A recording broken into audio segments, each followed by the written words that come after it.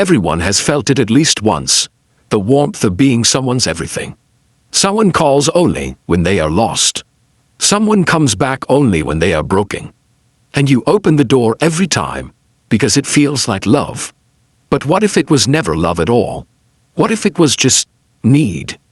This story is about something most of us have never questioned. We were taught that love means sacrifice. We were told that staying is strength. But sometimes, the most important thing a person can learn is the difference between being loved and being used. Gently, quietly, and often by someone who truly believes they love you. Let me tell you about a woman named Mara. Mara lived in a small village between two hills, where the road curved just enough that you could not see what was coming, until it was already in front of you. She was not rich, and she was not famous. But everyone in the village knew her name, because everyone needed her. If a neighbor's roof was leaking, Mara brought her husband's old tools without being asked. If someone's child was sick, and they had no one to watch the other children, Mara took them in. When old Thomas from the hill lost his wife, and sat alone for 3 weeks without eating, it was Mara who came every morning with bread, and sat beside him in silence until they found words again. People said Mara had a gift. They said she was born to help. And Mara believed them, because when she helped, she felt something close to peace, like she was exactly where she was supposed to be. She had a husband named Edric. He was a quiet man with kind eyes and strong hands, a man who could fix almost anything made of wood or stone. But Edric could not always find steady work, and when times were hard, he grew distant. He stopped speaking at dinner. He stopped asking how her day was. He would sit by the fire and stare at it, and Mara would bring him tea without being asked, and he would take it without a word. When he finally found work again, he became himself again, warm, grateful, full of small jokes that made her smile. Mara told herself this was love. She told herself that this was what marriage looked like. You hold someone through the dark, and the light comes back. And for years, she accepted this rhythm as natural. Her closest friend was a woman named Sela, who had grown up with her since childhood. Sela had a sharp mind and a loud laugh, and she had always been the one to pull Mara out of her own quiet world. But Sela also had a habit.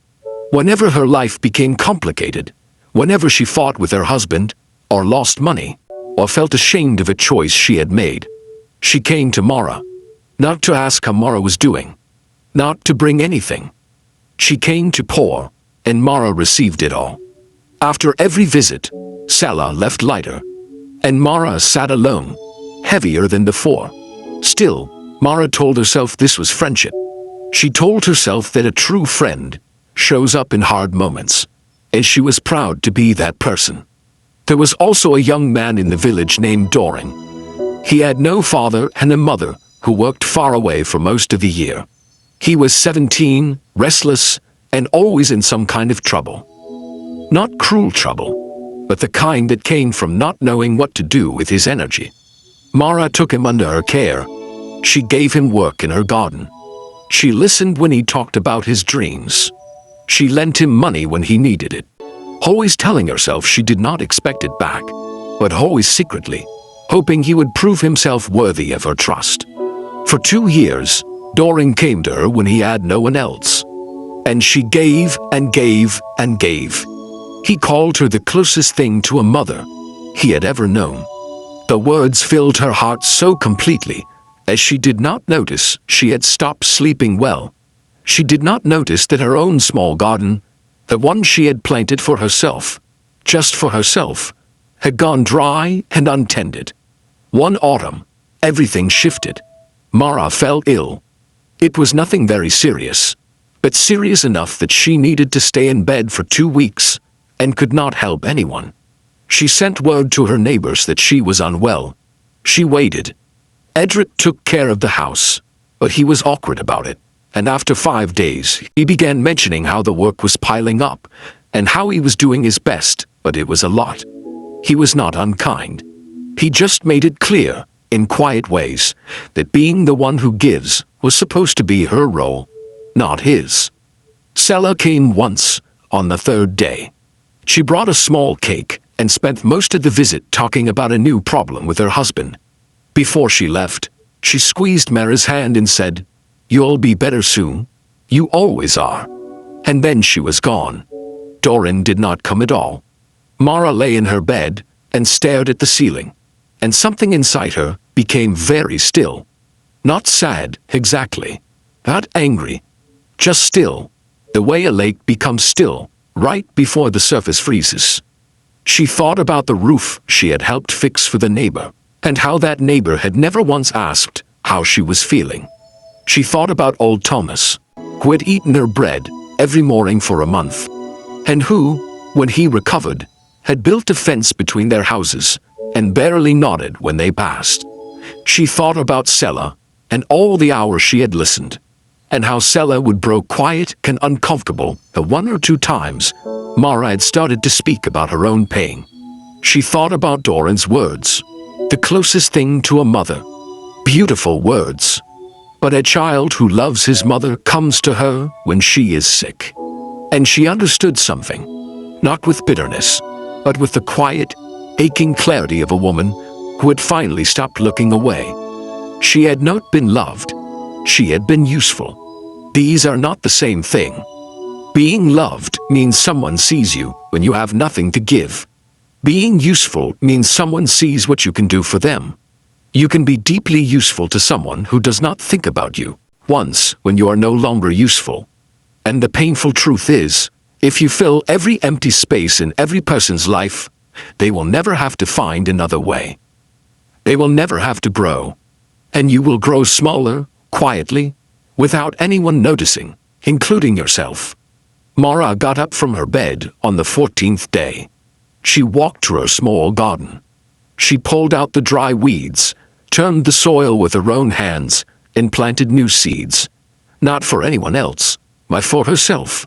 She decided something simple and enormous that morning. She would still help people, but she would help differently. She would help when it made her feel like herself, not when it made her feel afraid to say no. She would help from a full place, not an empty one. The next time Sela arrived at her door, with a storm behind her eyes and a story already forming on her lips, Mara poured 2 cups of tea and sat down.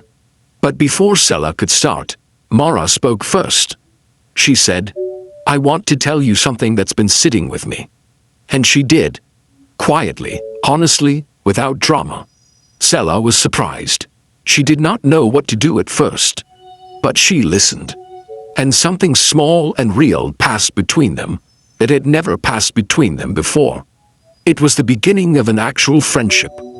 One where both women were present, not just one. Edred noticed the change in Mara too. She stopped filling his silences automatically. She stopped disappearing into helpfulness before he could think to ask. At first, it made him uncomfortable. Then it made him curious. He began, slowly and a little awkwardly, to ask her things. "How are you feeling today? What do you want for supper? What are you thinking about?" Small questions, but real ones. As for Doran, he came back, months later, looking a little older and a little quieter. He stood at her door without a problem in his hands for the first time. He said he had thought about her when she was sick, and he had been ashamed that he had not come. Mara invited him in. She did not say it was all fine, and it did not matter. She said, "I noticed. And I want you to know that the people who care about you should show up. And so should you. You are old enough for that now." He nodded. He understood. And that conversation gave him something that her silent giving never could. It gave him a standard to rise to.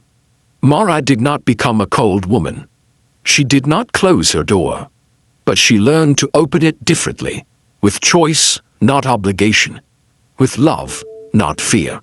And something extraordinary happened over the following months. The people who truly cared for her became more visible. They had always been there, a few quiet ones who never asked for much, but she had been too busy pouring herself into the loudest needs to notice them. Now she saw them. Now she had something left to give to them, and to herself. If you have always been the one who gives, ask yourself one honest question. When you had nothing to give, who stayed? The people who love you are not the ones who need you most. They are the ones who want you, not just what you do. Being needed can feel like love, especially if no one ever showed you what real love looks like. It feels warm. It feels important. But need is hungry, and it does not ask how you are. It only asks what you have.